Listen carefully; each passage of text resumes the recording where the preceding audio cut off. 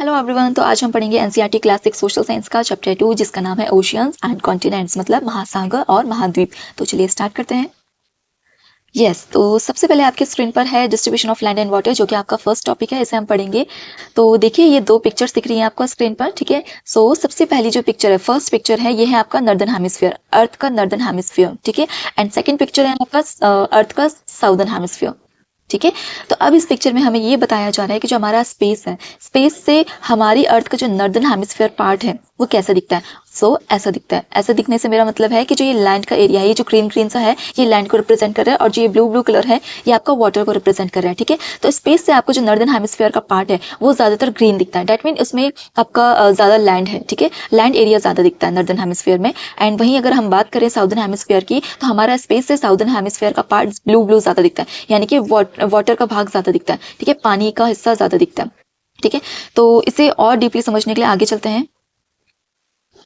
Oceans and continents are not spread evenly across the earth. The distribution is uneven. जैसे कि अभी आपने screen पर पहले देखा था, जो नॉर्दर्न हेमिस्फीयर का जो पार्ट है उसमें लैंड ज्यादा है और वाटर कम है, राइट। एंड साउदर्न हेमिस्फीयर के पार्ट में वाटर ज्यादा है एंड लैंड कम है। तो ये क्या है, ये इक्वली नहीं है, अनइवन डिस्ट्रीब्यूशन है लैंड एंड वाटर का, ठीक है। और देखो यहाँ पे मैंने डायग्राम भी ड्रॉ भी किया है, देखो ये देखो, लैंड नॉर्दर्न में ज्यादा है और वाटर कम है, ठीक है। एंड साउदर्न में आपका वाटर ज्यादा है एंड लैंड कम है, ठीक है। अब देखिए नॉर्दर्न हेमिस्फीयर में जब ज्यादा लैंड है तो इसलिए इसको हम कहेंगे लैंड हेमिस्फीयर भी इसको हम कहते हैं, ठीक है।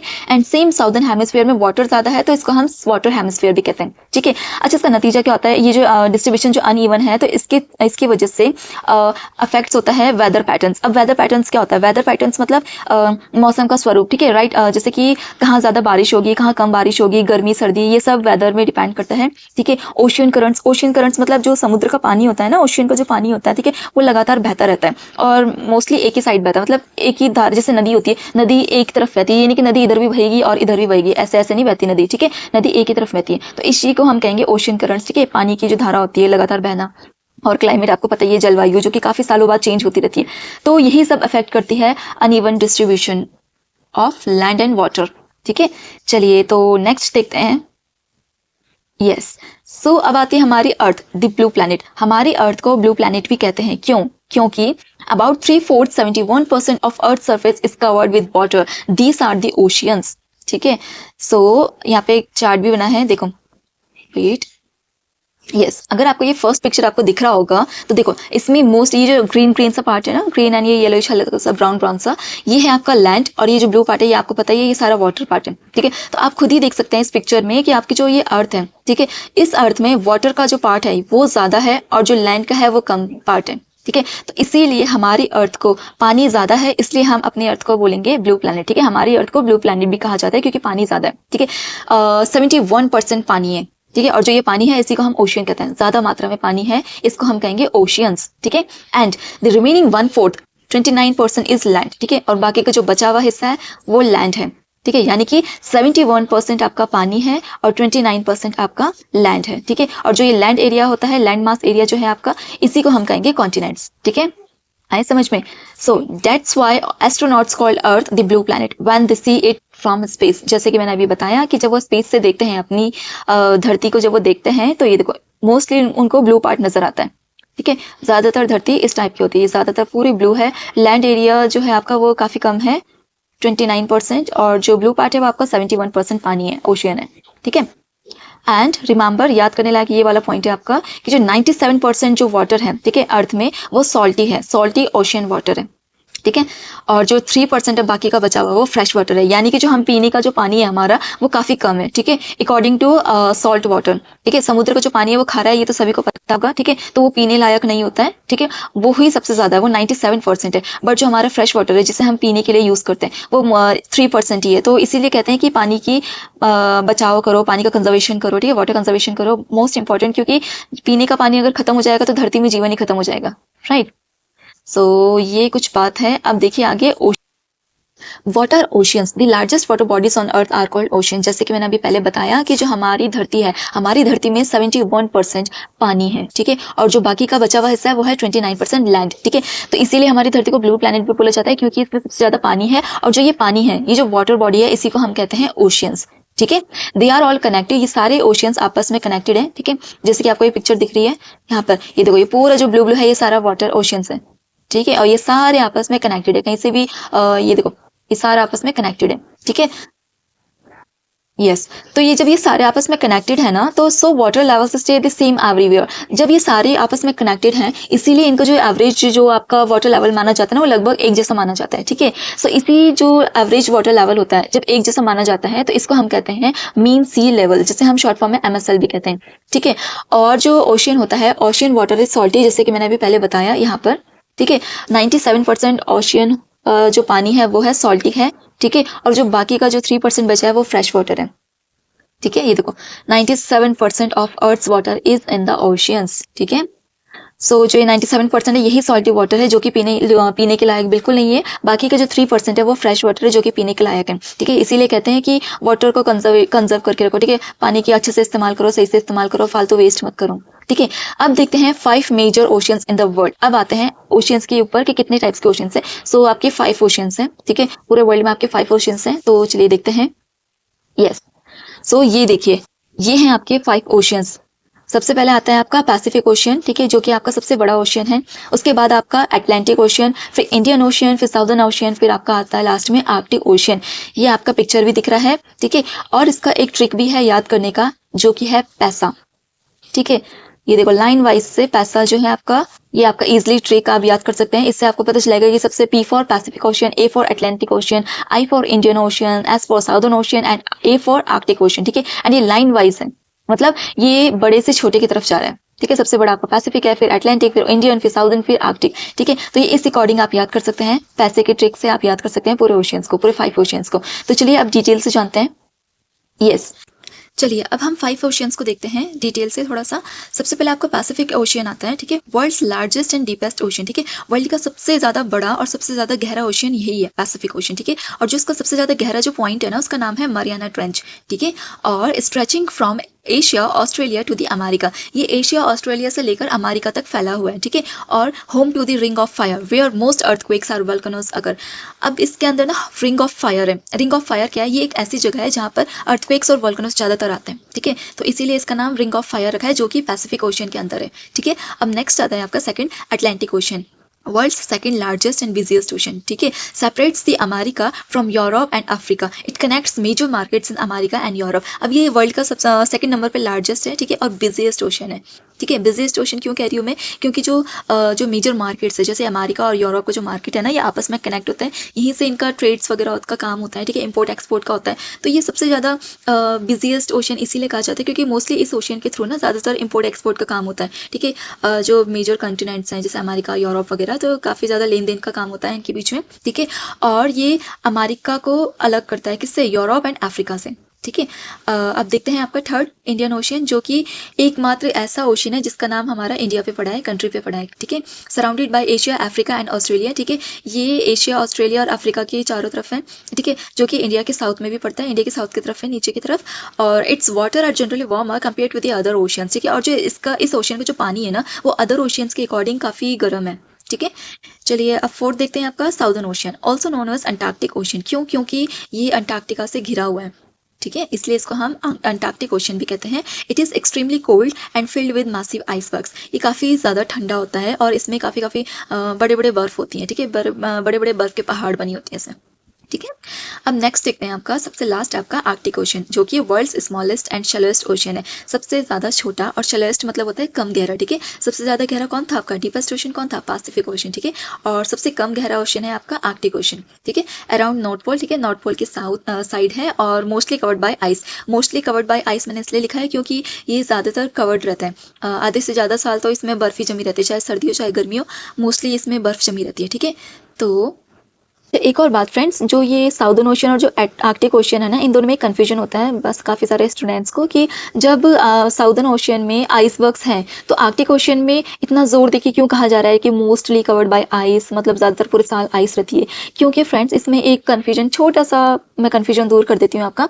जो साउदर्न ओशियन है ना, वो थोड़ा सा बड़ा और थोड़ा सा ओपन ओशियन है। ठीक है, तो जब यहाँ पे विंटर होती है तब तो आइस जमती है, बट जैसे समर होती है ना, तो थोड़ा सा क्या होता है कि समर में थोड़ा सा ये पिघलना शुरू कर देती है, जिसकी वजह से आइस कम हो जाती है। ठीक है, तो तो ये पिघलती है, ठीक है। तो इसी वजह से ये आपका थोड़ा सा कम आइस हो जाती है यहाँ पे गर्मियों के टाइम पे। बट जो आर्कटिक ओशन है ना, ये क्लोज्ड ओशन है, ठीक है, तो इसको जगह नहीं मिलती पिघलने की, इसकी जो बर्फ है इसको पिघलने की जगह नहीं होती, तो इसीलिए चाहे सर्दी हो चाहे गर्मी हो, इसमें ऑलवेज आइस रहती ही रहती है, ठीक है।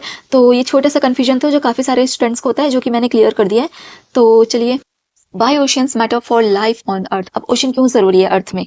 क्यों? क्योंकि क्लाइमेट कंट्रोल करता है, ठीक है। Ocean absorb heat and help balance earth temperature. जो ओशन होता है, ठीक है, वो धरती की जो गर्मी है उसको सोखता है और जो अर्थ का टेम्परेचर उसको मेंटेन करके रखता है, ठीक है, बैलेंस करके रखता है, ज्यादा सर्दी ज्यादा गर्म ना हो उसको बैलेंस करके रखता है। ओके, नेक्स्ट आता है आपका वाटर साइकिल, ठीक है।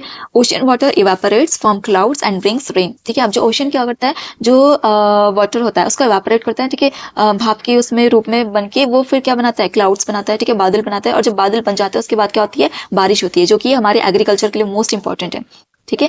उसके बाद आता है आपका ऑक्सीजन सप्लाई, ठीक है। अभी जो ओशियन में रहने वाले जो प्लांट्स होती है जिनको हम फाइटोप्लैंक्टन भी कहते हैं, ठीक है, टाइनी ओशन प्लांट्स होती हैं, ये क्या करती हैं, ऑक्सीजन देती हैं, ठीक है। वहाँ के जो जीव जंतु होते हैं उनके लिए ऑक्सीजन का काम करती है, ऑक्सीजन देने का काम करती है, ठीक है। जैसे कि आपको पता ही होता है प्लांट से हमें ऑक्सीजन मिलती है, ठीक है। तो ऐसे ही जो टाइनी जो प्लांट्स होती हैं ओशियन के नीचे, ओशियन के अंदर मतलब एल्गी वगैरह, ठीक है, उनसे ऑक्सीजन निकलती है, ठीक है। नेक्स्ट आता है आपका मैरीन लाइफ होम। मैरीन मतलब समुद्र की जो लाइफ, जो जीव जंतु हैं उनका घर है, ठीक है। जो वहाँ की जो फिश हैं, कोरल लीव्स, व्हेल्स वगैरह जो हैं, ठीक है, उन सभी जीव जंतुओं का घर है ओशियन, ठीक है। ये है आपकी मैरीन लाइफ, देखो ये आपको दिख रहा होगा स्क्रीन पर, ठीक है। ये है आपका, इधर की तरफ है आपका फ्लोरा, ठीक है, और ये वाला एरिया हो गया आपका फोना। फ्लोरा एंड फोना क्या होता है? फ्लोरा मतलब होता है जो प्लांट्स होती है ना उनको हम फ्लोरा कहते हैं, बट किसी एक क्षेत्र की, किसी एक रीजन की, किसी एक पर्टिकुलर रीजन की बात करते हैं हम इसमें, ठीक है। जैसे कि अभी मैं यहाँ पे समुद्र की बात कर रही हूँ, तो समुद्र के जितने भी आपके पौधे हैं, ठीक है, उसको हम कहेंगे फ्लोरा, ठीक है। और समुद्र के जितने भी आपके एनिमल्स होंगे, ठीक है, उनको हम कहेंगे फोना। फोना मतलब एनिमल्स एंड फ्लोरा मतलब आपके पेड़ पौधे वगैरह होती हैं, जो प्लांट्स होती हैं। अब आगे देखते हैं ओशियंस एंड ह्यूमन लाइफ। अब ओशियन का ह्यूमन लाइफ में क्या काम है, क्या इफेक्ट है, देखते हैं। सबसे पहले ट्रेड, ठीक है, व्यापार का काम करती हैं। शिप्स कैरी गुड्स, गुड्स मतलब गुड अच्छा वाला गुड नहीं, गुड्स मतलब सामान होता है, ठीक है। अगर एस लग जाए तो उसका मतलब सामान वगैरह होती है, ठीक है। So ship carry goods from one country to another, ठीक है। Oceans are the highway of global trade, ठीक है। एक कंट्री से दूसरी कंट्री में अगर जाना हो तो मोस्टली ओशियन का यूज करते हैं, ठीक है। शिप के थ्रू हम ओशियंस में जाते हैं और ओशियंस के थ्रू हम व्यापार करते हैं एक कंट्री से दूसरी कंट्री में, ठीक है। माइग्रेशन, ठीक है, in ancient time people crossed ocean to settles in new lands. जो पुराने टाइम थे, पुराने टाइम पे जो माइग्रेशन का काम करते थे ये ओशियन के थ्रू लोग जहाज़ों में जाते थे और दूसरी कंट्री में जाते थे, ठीक है। जैसे आजकल तो खैर एरोप्लेन हो गया, बट जो पुराने टाइम था, पुराने टाइम पे ओशियन ट्रेड के साथ साथ माइग्रेशन का भी काम करता था, ठीक है। उसके बाद आता है आपका फिशिंग, ठीक है। Millions of people depend on fishing for her livelihood, ठीक है। फिशिंग का व्यापार करने के लिए भी काफ़ी ज़्यादा लोग इसके ऊपर डिपेंड है, ओशियन के ऊपर, ठीक है। आपको पता ही होगा ओशियन में काफ़ी सारी मछलियाँ होती हैं, ठीक है। उसके बाद कल्चर एंड स्टोरीज, ठीक है। Coastal communities have their own stories, festival and traditions linked to the sea, ठीक है। अभी जो कोस्टल साइड की जो कम्युनिटीज होती हैं, ठीक है, उनकी भी काफ़ी ज़्यादा स्टोरीज या फिर उनके ट्रेडिशंस जुड़े होते हैं समुद्र से, ठीक है। तो ये है इंपॉर्टेंस ह्यूमन लाइफ में ओशियंस की, ठीक है। अब आगे देखते हैं। Yes, ocean hazards, tsunami and cyclone. इसमें सुनामी में ये जो टी सुनामी लिखा है ना, इसमें टी साइलेंट होता है, ठीक है। Tsunami and cyclones. सो अब हम बात करेंगे कि ओशियन हजर्ड्स या फिर हम इसे डिजास्टर भी कह सकते हैं, ठीक है, आपदा। तो देखते हैं, सुनामी सबसे पहले पढ़ेंगे। एंड अंडर वाटर अर्थक्वेक और volcano creates huge fast moving waves that crash into the coast and cause heavy destructions.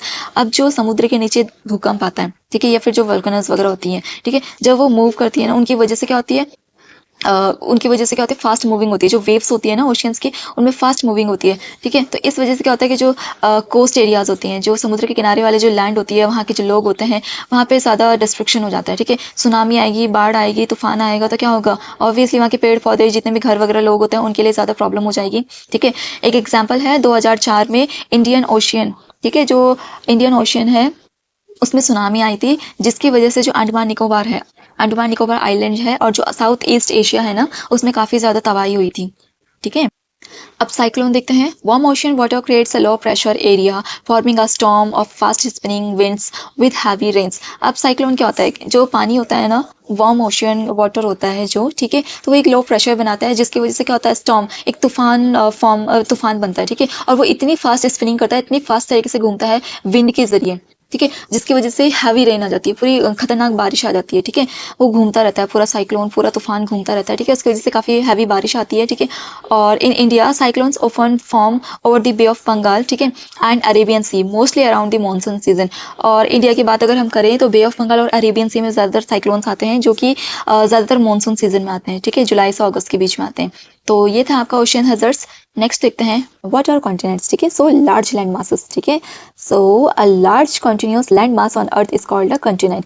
सबसे पहले लैंड मास क्या होता है? लैंड मास होता है जो धरती होती है ना, लैंड का बड़ा एरिया, उसको हम कहते हैं लैंड मास। ठीक है, अब जो ये लैंड मास है यही हमारा क्या है? कॉन्टिनेंट। ठीक है, continents cover only 29% of earth surface. जैसे कि मैंने अभी थोड़ी देर पहले बताया वीडियो में कि 29% अर्थ को कवर करता है कौन? लैंड। ठीक है, और बाकी का जो है वो सारा क्या है? पानी, वाटर। ठीक है, but this is where all countries people live, people and cultures exist. ठीक है, और यही वो जगह है जहाँ पर कंट्रीज या फिर लोग वगैरह रहते हैं। ठीक है, तो कितने कॉन्टिनेंट्स है? 7 कॉन्टिनेंट्स ऑन अर्थ। ठीक है, 1/4 of earth area is land. ठीक है, अर्थ का 1/4 हिस्सा लैंड है।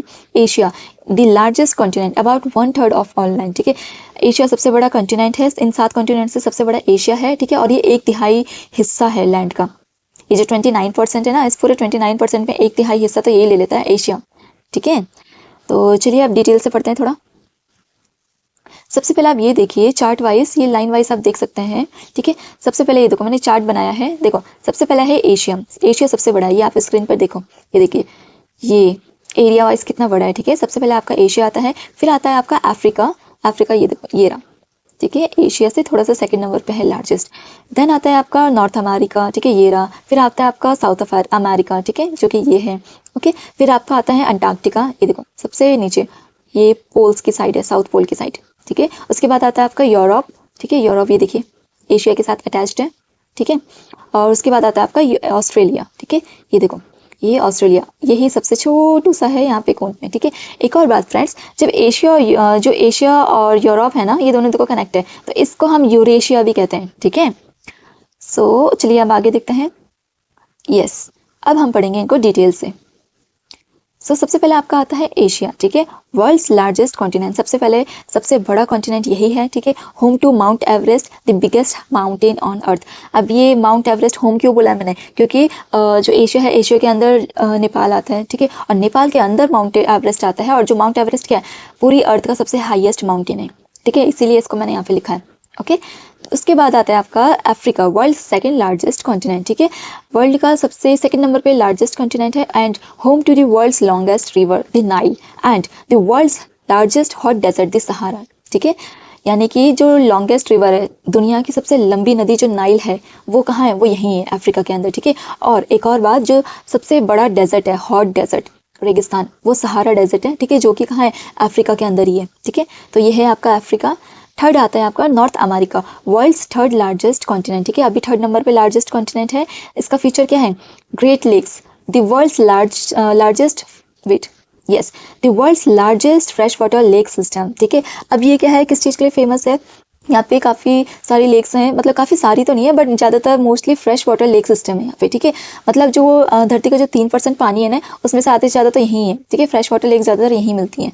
ठीक है, उसके बाद आता है आपका South America, world's fourth largest continent. ठीक है, फोर्थ नंबर पे लार्जेस्ट कॉन्टिनेंट है। Contains the Amazon rain forest and the Amazon River. ये क्या है? इसी के अंदर अमेजन रेन फॉरेस्ट है। दुनिया का सबसे घना जंगल, सबसे खतरनाक जंगल जो है ना, वो रेन फॉरेस्ट अमेजन, वो इसी के अंदर है। ठीक है, और दुनिया की सबसे बड़ी नदी अमेजन रिवर, वो इसी के अंदर है, साउथ अमेरिका में ही है। ठीक है, एक और बात फ्रेंड्स, जो रिवर नाइल और जो अमेजन रिवर है, इन दोनों में क्या डिफरेंस है? कभी कभी लोग बच्चे कंफ्यूज हो जाते हैं। तो यही डिफरेंस है कि जो नाइल है वो दुनिया की लंबी नदी है। ठीक है, और जो अमेजन है ना, वो दुनिया की बड़ी नदी है। ठीक है, आई समझ में? चलिए अब देखते हैं नेक्स्ट। फिफ्थ आते हैं आपका अंटार्कटिका, वर्ल्ड के फिफ्थ लार्जेस्ट कॉन्टिनेंट है। ठीक है, has no permanent human residents, only visiting scientist. अब इसका भी एक इंटरेस्टिंग है, ये क्या है कि यहाँ पे ना कोई परमानेंट ह्यूमन रेजिडेंट नहीं है, मतलब कोई अपनी फैमिली लेके नहीं जा सकते, यहाँ पे बसावट नहीं है। ठीक है, लोगों की यहाँ पे ओनली साइंटिस्ट वगैरह यही लोग जा सकते हैं। ठीक है, रिसर्च के लिए ओनली। इनका भी एक परमानेंट ऑफिस टाइप का होता है, रिसर्च सेंटर होता है, जहाँ पे रिसर्च वगैरह करते हैं। ठीक है, और वहाँ पे कोई मार्केट नहीं है, कुछ भी नहीं है ऐसा कुछ। तो इनके लिए जो खाना पानी वगैरह जाता है वो बाहर के जो कंट्रीज़ हैं अपनी अपनी कंट्रीज से भेजते हैं, जो जिनके साइंटिस्ट वगैरह जाते हैं वहाँ। ठीक है, तो वही उनकी फैसिलिटी का ध्यान रखते हैं वहाँ जाके। ठीक है, तो यहाँ पे कोई नॉर्मल ह्यूमन बीइंग नहीं रहती। ठीक है, ओनली यही लोग विजिट करते हैं। चलिए तो अब 6 देखते हैं आपका Europe, world second smallest continent. ठीक है, अभी सबसे छोटा कॉन्टिनेंट का दूसरा नंबर पे आता है। ठीक है, contains Vatican city the smallest country in the world. अब इसके अंदर क्या है, वेटिकन सिटी है जो कि दुनिया की सबसे छोटी कंट्री है। ठीक है, वेटिकन सिटी। तो ये कुछ यूरोप की खास बात है। अब देखते हैं ऑस्ट्रेलिया, सबसे लास्ट है, वर्ल्ड्स स्मॉलेस्ट कॉन्टिनेंट। ठीक है, सबसे छोटा कॉन्टिनेंट है ऑस्ट्रेलिया। ठीक है, वर्ल्ड का, और the only one that is also a single country, और एक यही एकमात्र कॉन्टिनेंट है जो एक खुद से एक कंट्री है। ठीक है, इसके अंदर कोई कंट्री नहीं है, ये खुद से एक कंट्री है। ठीक है, जैसे कि ये सारी जो कॉन्टिनेंट्स है ना, इन ये सारी कंट्रीज कॉन्टिनेंट्स के अंदर कंट्रीज हैं काफ़ी सारी, बट ऑस्ट्रेलिया क्या है, खुद से एक कंट्री है। ठीक है, चलिए तो अब नेक्स्ट देखते हैं। यस, अब आता है आपका टॉपिक आइलैंड। अब आइलैंड्स क्या होती हैं, लैंड सराउंडेड बाय वाटर। ठीक है, अब एक ऐसी लैंड, एक ऐसी भूमि जहाँ पर, एक ऐसी जमीन जहाँ पर चारों तरफ से पानी से घिरा होता है। ठीक है, तो इसी को हम कहते हैं आइलैंड। ठीक है, an island is a small land mass completely surrounded by water. ठीक है, continents are also surrounded by water, but because they are so big they are not considered islands. अभी मैंने यहाँ पे एक क्वेश्चन का तुम्हारा आंसर पहले से ही लिखा है कि जो कंटिनेंट्स होते हैं, काफी बच्चों के मन में आएगा कि मैम जो कंटिनेंट्स होती हैं वो भी तो पानी से घिरा होता है, तो फिर उनको क्यों नहीं आइलैंड कहते हैं? क्यों? क्योंकि वो बहुत बड़े होते हैं। ठीक है, जो बहुत बड़े हैं उनको हम कंटिनेंट्स कहेंगे। ठीक है, उनको हम आइलैंड नहीं कहेंगे। आइलैंड होता है एक छोटा सा टुकड़ा धरती का, ठीक है, जो कि पानी के बीच में होता है। ओके, तो ये डिफरेंस है आपका कंटिनेंट्स और आइलैंड में। अब देखो, जो ग्रीनलैंड है ना, वो वर्ल्ड्स का बिगेस्ट आइलैंड है। ठीक है, वर्ल्ड का सबसे बड़ा आइलैंड है ग्रीनलैंड। ठीक है, जो कि Arctic ocean and north Atlantic ocean के बीच में है। ठीक है, और ये नॉर्थ अमेरिका में आता है। ठीक है, तो नेक्स्ट देखते हैं आर्किपेलागो। अब ये क्या होता है, अ ग्रुप ऑफ आइलैंड। ठीक है, अब जब बहुत सारे जो आइलैंड्स होता है वो छोटे छोटे ग्रुप्स बनाते हैं ना, तो इसी को हम कहते हैं आर्किपेलागो। ठीक है, और जैसे कि एग्जांपल के लिए मैं लेती हूँ आपका अंडमान एंड निकोबार आइलैंड। ठीक है, जो कि इंडिया के नीचे ही है, और लक्षद्वीप आइलैंड। ठीक है, सो ये इंडिया के ही हैं दोनों। तो अंडमान एंड निकोबार जो आइलैंड है ना, उसमें 572 आइलैंड्स है। ठीक है, ग्रुप है पूरा आइलैंड का। तो ये बे ऑफ बंगाल के साइड पड़ता है, और जो लक्षद्वीप है ये आपका 36 आइलैंड का ग्रुप है। ठीक है, जो कि अरेबियन सी की तरफ पड़ता है। तो ये था आपका पूरा चैप्टर। ठीक है, होप आपको ये समझ में आ गया होगा पूरा चैप्टर अच्छे से। इसमें जितने भी पॉइंट्स मैंने लिखे हैं ना, ये सारे आपको, आप चाहे तो नोट कर सकते हैं, स्क्रीनशॉट ले सकते हैं, ये सारे इसी में से आपके एग्जाम में आएगा। ठीक है, मोस्ट इंपॉर्टेंट पॉइंट है, मैंने बहुत अच्छे से क्लियर तरीके से आपके लिए लिखे हैं, आपको कहीं जाने की ज़रूरत नहीं है, आप इसी चैप्टर से आप कंप्लीट कर सकते हैं। ठीक है, इसी चैनल के माध्यम से आपको अच्छे अच्छे नोट्स मिल जाएंगे। सो आज के लिए थैंक यू, मिलते हैं नेक्स्ट वीडियो में।